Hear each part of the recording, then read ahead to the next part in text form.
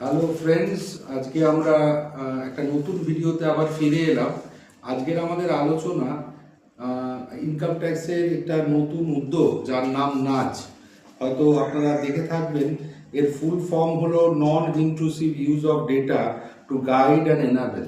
ব্যাপারটা হলো income tax থেকে একটা নোটিশ করা হয়েছিল। এর আগে জানানো হয়েছিল যে হয়তো অনেকের ক্ষেত্রে দেখা গেছে যে তার রিফান্ড এখনো হচ্ছে না।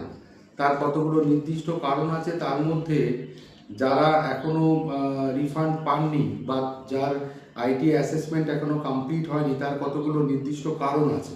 তার মধ্যে এই যে নতুন উদ্যোগ ইনকাম ট্যাক্স থেকে নেওয়া হয়েছে, এখানে বলা হয়েছে যে যদি আপনার কাছে এ ধরনের কোনো সফট অ্যালার্ট গিয়ে থাকে, আপনাকে এটাকে নোটিশ আমরা বলতে পারছি না এই কারণে, কারণ এটাকে নোটিশ হিসাবে সার্ভ করা হচ্ছে না। এটা একটা সফট অ্যালার্ট, যার মাধ্যমে আপনাকে একটা সুযোগ দেওয়া হচ্ছে যে আপনার যদি আইটি ফাইল যেটা আপনি ফাইল করেছেন অলরেডি, সেটার সঙ্গে এরা যেটা আপনাকে পাঠাচ্ছে তার মধ্যে কোনো রকম যদি ডিসক্রিপিয়েন্সি থাকে, তাহলে সেই জায়গাটাকে ঠিক করে নিন, সেই সুযোগটা আপনাকে দিচ্ছে। সেই জন্য এটাকে আমরা সফট অ্যালার্ট হিসাবে ট্রিট করতে পারি রাদার দ্যান নোটিস। এবার সেক্ষেত্রে বেসিক্যালি এটা দেওয়া হচ্ছে তাদের যাদের ইনকাম অ্যাবাভ 50 ল্যাক্স।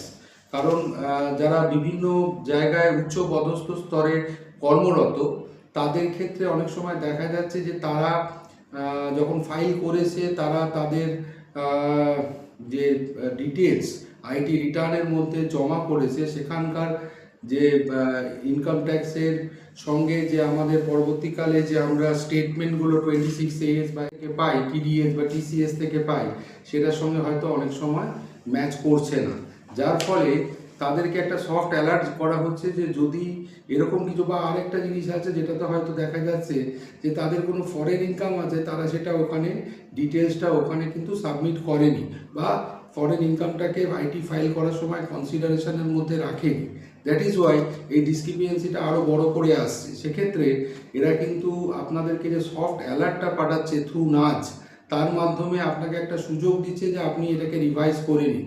যদি আপনি রিভাইজ করে নিতে পারেন, সেক্ষেত্রে আপনি এই জায়গাটা থেকে মুক্তি পেতে পারেন। কিন্তু যদি মনে করেন যে এটা দেখা সত্ত্বেও আমি কিছু করব না, বা আমরা যে অবস্থায় আছে সেই অবস্থায় রেখে দেবো, তাহলে কিন্তু কনসিকুয়েন্সেসের মধ্যে প্রথম হলো যে আপনার একটা কিন্তু স্ক্রুটিনির মধ্যে এই আপনার ফাইলটা পড়ে যাবে, অথবা আপনার একটা হিউজ পেনাল্টি হওয়ার সম্ভাবনা আছে।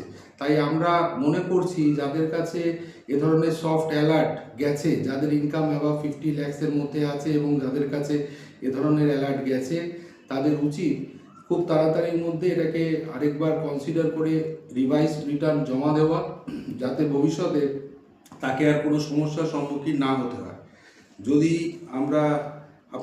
আজকে আমরা আপনাদেরকে যেটা জানালাম, সেটা যদি আপনাদের ভালো লেগে থাকে বা মনে হয় এটা একটা দরকারি ইনফরমেশান যেটা আমরা আপনাদের দিতে পারলাম, সেক্ষেত্রে আপনারা অবশ্যই আমাদের ভিডিওটাকে লাইক করবেন, শেয়ার করবেন এবং আগামী দিনে সাবস্ক্রাইব করে আমাদের উৎসাহ দেবেন, যাতে এই ধরনের আরও ভিডিও আমরা আপনার সামনে আনতে পারি।